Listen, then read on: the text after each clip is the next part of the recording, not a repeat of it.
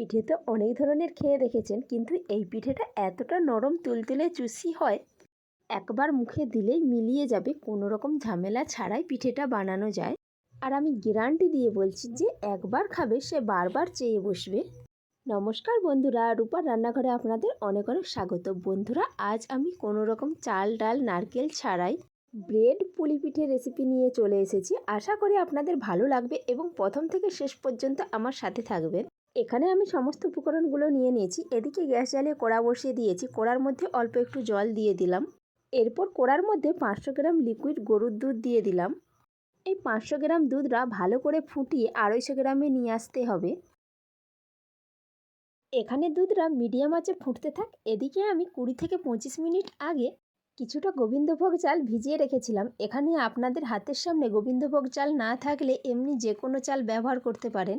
গোবিন্দভোগ চালের খুব সুন্দর একটা স্মেল থাকে, সেজন্য আমি এখানে গোবিন্দভোগ চাল ব্যবহার করেছি। জলসহ ভিজিয়ে রাখা গোবিন্দভোগ চালটা একটা মিক্সিং জারের মধ্যে নিয়ে ভালো করে পেস্ট করে নিলাম। এই দেখুন, এখানে আমি ঠিক এরকম পাতলা মিহি করে পেস্ট করে নিয়েছি। আর এদিকে দেখুন বন্ধুরা, দুধটাও আমার এখানে অনেকটা কমে ঘন হয়ে এসেছে। একটা ডাবু দিয়ে দুধটা একটু নেড়ে চেড়ে গ্যাসের ফ্লেমটা একদম লোতে রেখে দিলাম। এরপর চাল বাটাটা আমি দুধের মধ্যে অ্যাড করে দিলাম। সাথে দিয়ে দিলাম 10 টাকা দামি একটা আমুল দুধের প্যাকেট। আর দিয়ে দিলাম চা চামচের 2 চামচ চিনি। আপনারা যে যেমন মিষ্টি পছন্দ করেন সেই হিসাবে চিনিটা দিয়ে দেবেন। এরপর একটা হুইলস দিয়ে সমস্ত উপকরণগুলো দুধের সাথে ভালো করে মিক্স করে নিলাম। মিক্স করা হয়ে গেলে দেখুন বন্ধুরা, কতটা ঘন আর কতটা লোভনীয় লেগেছে দেখতে। এরপর গ্যাসের ফ্লেমটা লো থেকে মিডিয়ামে রেখে আরও বেশ কিছুক্ষণ নেড়ে চেড়ে আমি রান্না করে ঘন করে নেব। দেখুন বন্ধুরা, মিনিট 5 রান্না করে নেওয়ার পর কতটা ঘন আর কতটা লোভনীয় ক্ষীর হয়ে গিয়েছে। এরপর কড়া থেকে আমি একটা প্লেটের মধ্যে তুলে নিলাম। এই ক্ষীরটা ঠান্ডা হয়ে যাওয়ার পর আরও কিছুটা ঘন হবে, সেজন্য আমি আর বেশি ঘন করলাম না। দেখুন বন্ধুরা, ক্ষীরটা বানানো কতটা সহজ আর কতটা সুন্দর লেগেছে দেখতে। এদিকে কড়াটা পরিষ্কার করে গ্যাস জ্বালিয়ে কড়াটা বসিয়ে দিলাম। কড়ার মধ্যে আবারও 200 গ্রাম লিকুইড গরুর দুধ দিয়ে দিলাম। এই দুধটাও আমি ভালো করে ফুটিয়ে ঘন মালাই বানিয়ে নেব। দুধটা এখানে বেশ কিছুক্ষণ ফুটিয়ে নেওয়ার পর বেশ ঘন হয়ে গিয়েছে। এরপর দুধের মধ্যে আমি 2টো এলাচ ফাটিয়ে দিয়ে দিলাম।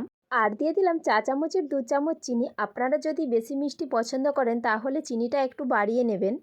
সবশেষে দিয়ে দিলাম 3 চামচের মতো আমুল দুধ। এরপর খুন্তি দিয়ে দুধের সাথে ভালো করে আমুল দুধটা আমি মিক্স করে নেব।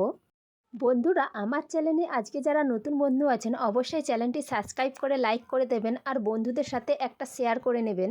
এদিকে দেখুন বন্ধুরা, দুধের সাথে আমুল দুধটা বেশ ভালো করে মিক্স করে নিয়েছি আর দুধটাও বেশ ঘন মালাই হয়ে গিয়েছে।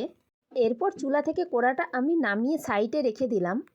এখানে আমি একটা পিস কাটা ব্রেডের প্যাকেট নিয়ে নিয়েছি। প্যাকেটটা কেটে আমি কিছুটা ব্রেড আমি বের করে নেব। এখানে আমার সব ব্রেডগুলো লাগবে না।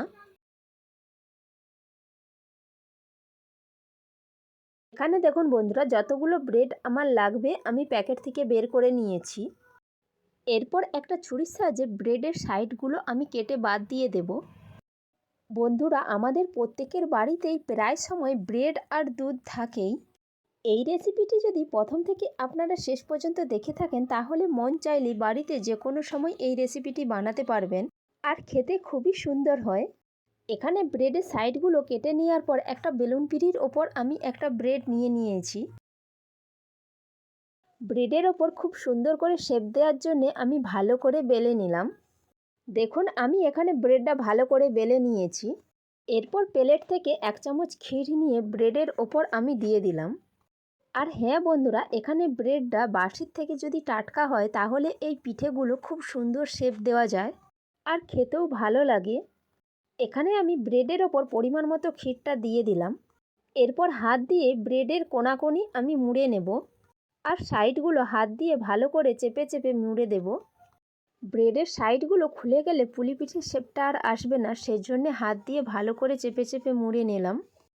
আর এদিকে দেখুন বন্ধুরা, এখানে আমি একটা বাটি নিয়েছি। বাটির সাহায্যে ব্রেডটা আমি সাইড থেকে কেটে নেব।